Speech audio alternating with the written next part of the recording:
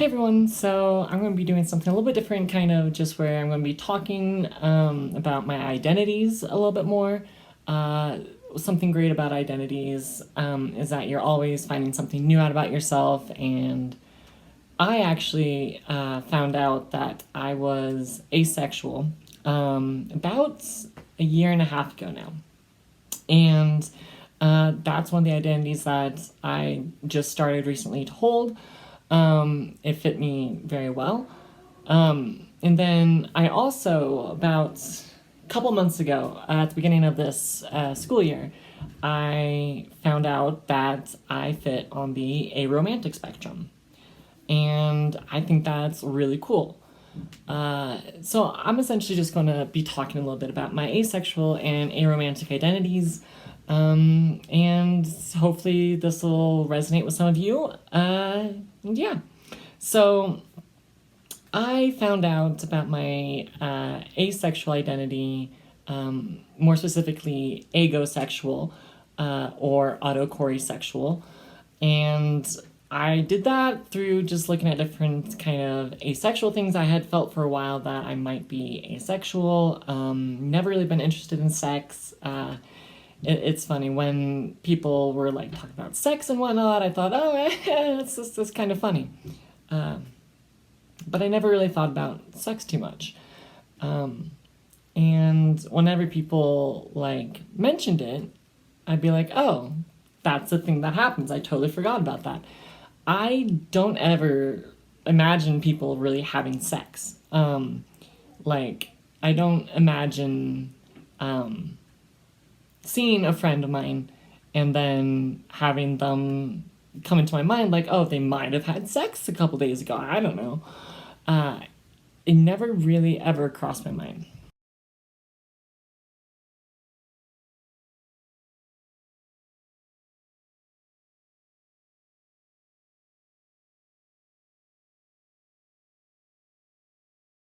Um, And so, looking at the spectrum on that and everything, and looking at different definitions and whatnot, I first started identifying as demisexual because I had never felt sexual attraction before, and I didn't really like kind of know if I could feel it like that or not. So that's what I started identifying as, and then I found more definitions, and there's a whole lot of sub identities within the asexual identity spectrum. I found that I fit more with aegosexual or akoiromantic, which essentially is just feeling sexual arousal towards erotica or stories or things on TV, but not actually wanting it in real life. And I've watched porn, and I enjoy porn sometimes. Not a whole lot, but I do watch it sometimes and everything, and it's fun, it's cool. And essentially, I enjoy that, but I never have ever felt any sexual attraction. So that's how I found out that I was kind of aegosexual. Talking about aromantic identities, I actually found out that I'm on the aromantic spectrum, like I said, a couple months ago, when I was doing a school project for our LGBT center here on campus. And I somehow came up to a page where it was just a list of a bunch of different identities.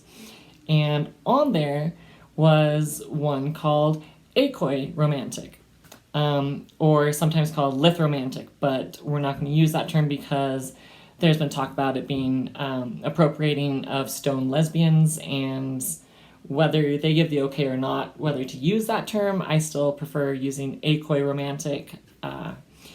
So that's what we're going to use.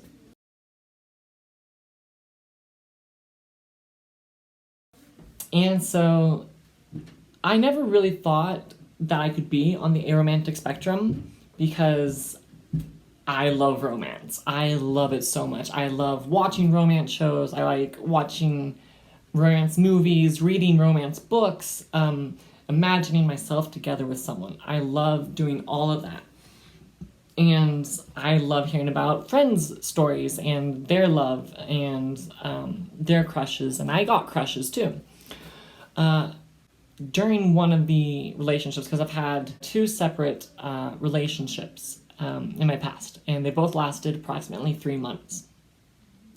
One with a person who identified as a female at the time, and a person who identifies as a male.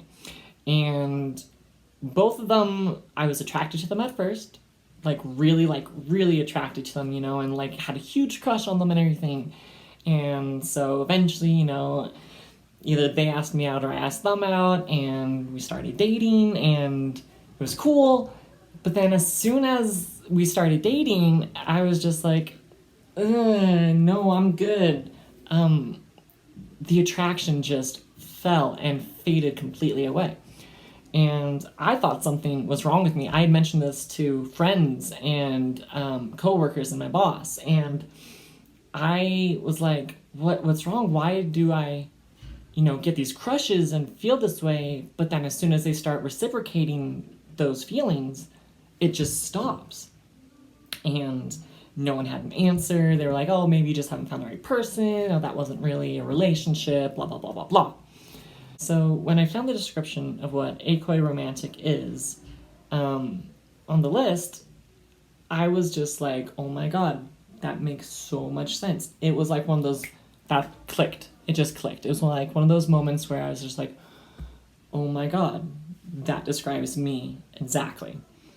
So the definition of akoiromantic is feeling romantic attraction towards someone or a crush, but then it fades as soon as they start reciprocating, or you have a crush or feel romantic attraction, but you don't want it reciprocated for that reason. It's one that's not really heard of a whole lot. We do have our own pride flag, though, so that's cool. But it's one that's not really heard of a lot and not given much attention. So that's also part of the reason why I wanted to make this video and talk about my identities, was to kind of boost it up there a little bit. But I just wanted to really kind of talk about my experiences with that and how I do identify on the asexual and aromantic spectrum.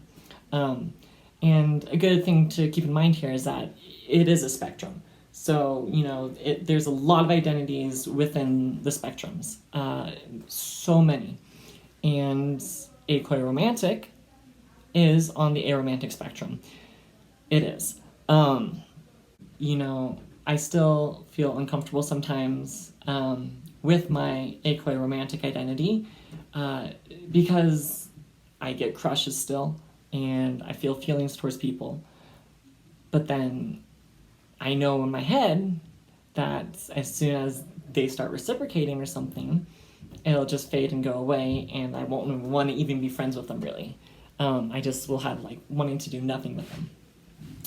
So that's it's a scary thought, but I found solace in looking at queer platonic partners and queer platonic relationships and how much that means to me. And another good point to keep in mind is that, romantic love is not the only love that exists. There's platonic love. There's stuff that's super platonic, like more than platonic love, but not really romantic love. And that you can have relationships that are platonic, where you raise kids together, move in together, which is probably something that I'm hoping for in the future. But honestly, it was a relief and it was scary at the same time.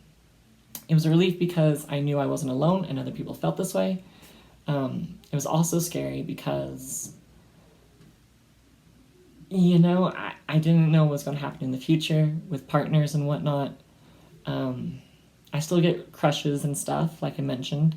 I still love romance. I am absolutely a romance addict. And yeah, I think that's good to remember also, is that you can be aromantic, but also still love romance. It just means you don't feel romantic attraction, or you do in a way that is not according to the traditional definition of romantic attraction. So that's basically what I just wanted to talk about today. Yeah, and I hope that, these identities get more recognition. And yeah, so I think that's about it. I will see you all soon. Bye.